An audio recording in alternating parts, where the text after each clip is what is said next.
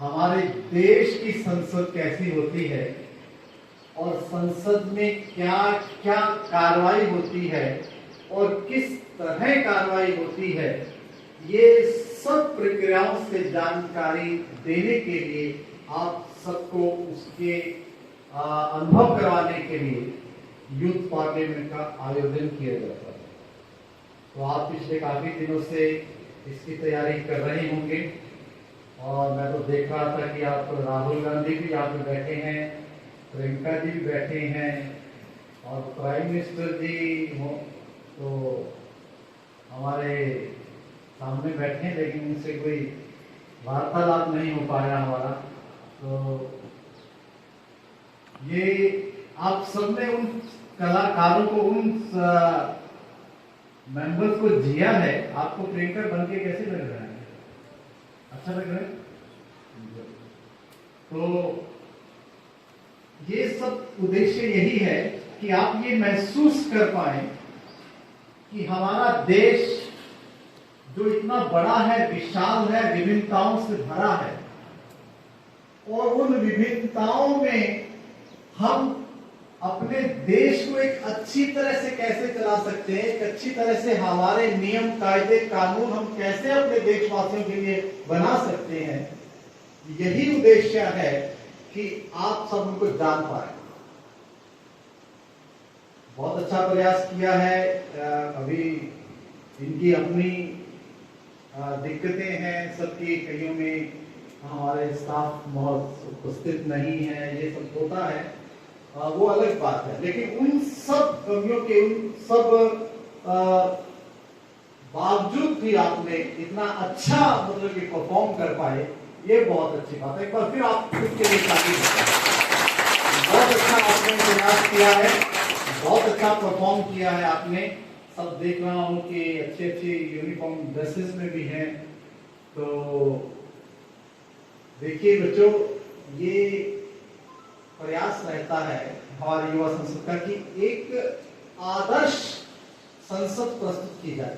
वैसे तो आपने देखा है टीवी पर हमारी संसद चलती है और बहुत सारे देशों की भी चलती है, हमारे राज्यों की भी विधानसभाएं आपने कार्रवाई देखी होगी और उसमें बहुत कुछ होता है। आप सब बड़ी बातें जानते हैं, कैसा करते हैं, क्या करते हैं, क्या नहीं करते हैं, वो सब आप देखते होंगे टीवी पर। लेकिन हमारा प्रयास ये रहता है कि हम एक आदर्श संसद प्रस्तुत कर पाए कि कैसे हमारी संसद चलनी चाहिए, वो हम ऐसा आदर्श प्रस्तुत कर पाए ताकि हमारे लीडर भी उस संसद को देखकर कुछ सीख पाए कि भाई संसद ऐसे चलती है, ना कि तू तड़ाक से चलती है, हाथापाई से चलती है। तो एक आदर्श संसद को हमने प्रस्तुत करने का हमारा यही उद्देश्य रहता है और इस आदर्श संसद में कुछ नियम होते हैं, कुछ कायदे होते हैं, कुछ तकनीक होती है, समयबद्ध सब कार्रवाई होती है, ये सब चीजें वहां पे होती है। तो प्रश्न के लिए, वोट टेकिंग के लिए विधेयक कैसे प्रस्तुत करना है, कैसे उस पर बहस करनी है, कैसे उस पर पारित करना है, कैसे वोटिंग होती है, कैसे उसको संसद सदस्य अपना मत प्रस्तुत करते हैं, ये सारी कार्रवाई इसमें होती है। तो इस सब के लिए मैं तो इतना जानकार नहीं हूं, हमारे बीच में मेरे साथी आए हैं, मैडम ममता मोंगा जी।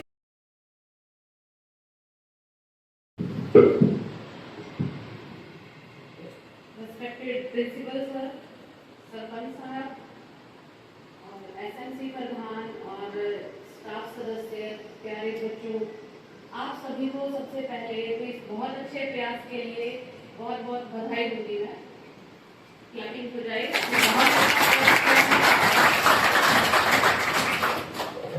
सर ने यहाँ पे बताया था कि कोई पॉलिटिकल साइंस का लेक्चरर नहीं है, तो उसके बावजूद आपका प्रयास मुझे बहुत अच्छा लगा। बहुत अच्छी आपने अपनी जो भी रोल मिला आपने प्रस्तुति दी और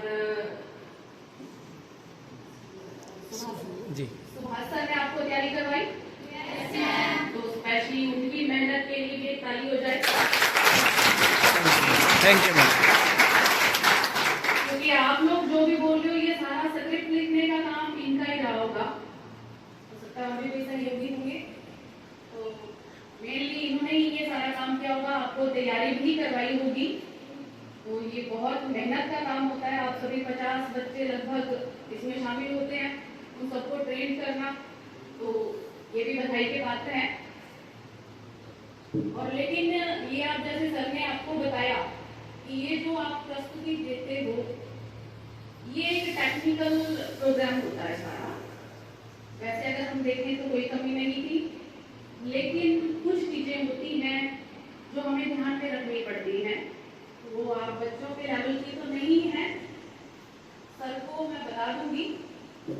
आपके लेवल की जो बात है वो ये है कि आप थोड़ा पेपर रीडिंग से बचो।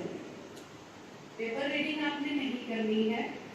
थोड़ा बहुत आप देखना चाहते हो, मतलब वो भी फील ना हो, और बिना डरे बिना झिझके आप कोई भी क्वेश्चन पूछ रहे हो, कोई भी आंसर दे रहे हो, बिना डर के बिना झिझके आपने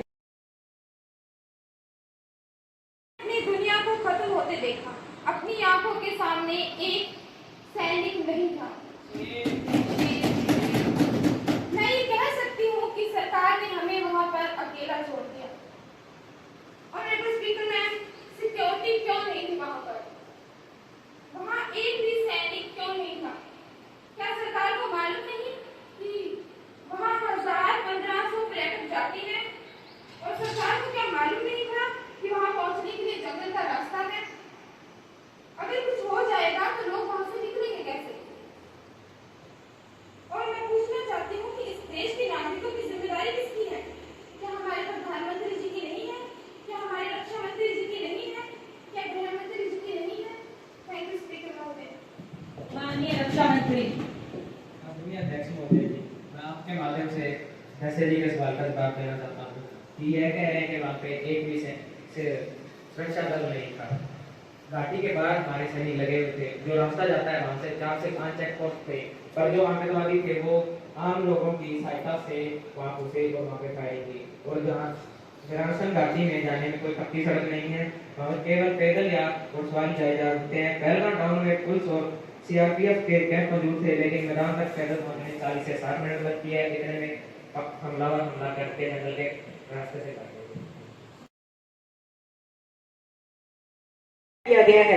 स्पीकर मैम, मैं आपके माध्यम से माननीय वित्त मंत्री महोदय को बताना चाहता हूं कि आपकी फाइलों में गांव का मौसम गुलाबी है, मगर ये आंकड़े झूठे हैं, ये दावा किताबी है। मैम, ये योजनाएं और दावे बेबुनियाद है। ऑनरेबल स्पीकर मैम, कृषि विकास की दर जो 2014 में 4.7% थी, इस वर्ष गिरकर 1.4% कैसे हो गई? क्यों हर महीने 70 किसान आत्महत्या कर रहे हैं?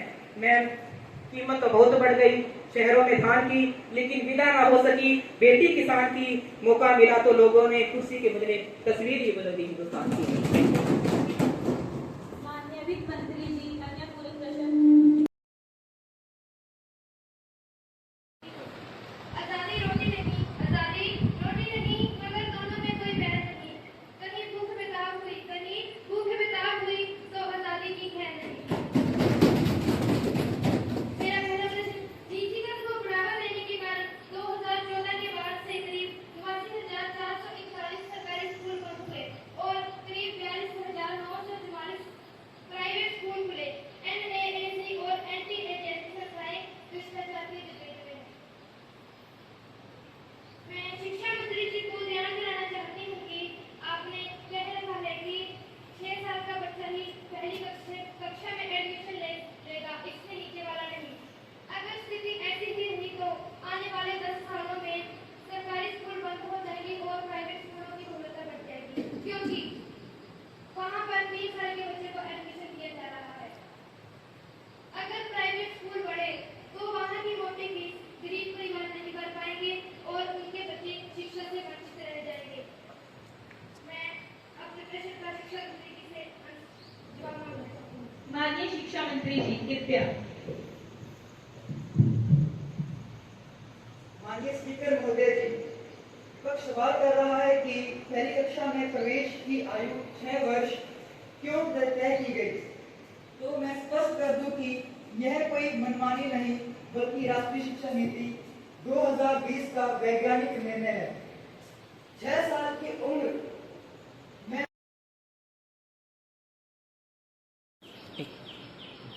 माननीय सभासदों, माननीय अध्यक्ष महोदय जी,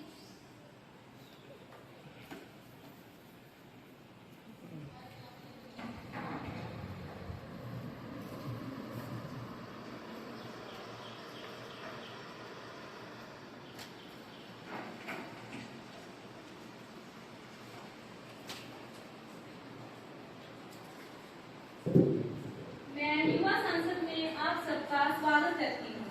युवा संसद का उद्देश्य विद्यार्थियों को सार्वजनिक विषयों की रुचि बढ़ाना, वाद विवाद के बाद निर्णय लेने की क्षमता का विकास करना, सामूहिक विचार विमर्श में प्रशिक्षण देना, दूसरों के विचार को सम्मान देना एवं विद्यार्थियों में नेतृत्व के गुण का विकास करना रहता है। मुझे पूर्ण विश्वास है कि संसद की कार्यवाही को सुचारू रूप से चलाने में आप सभी मेरा पूरा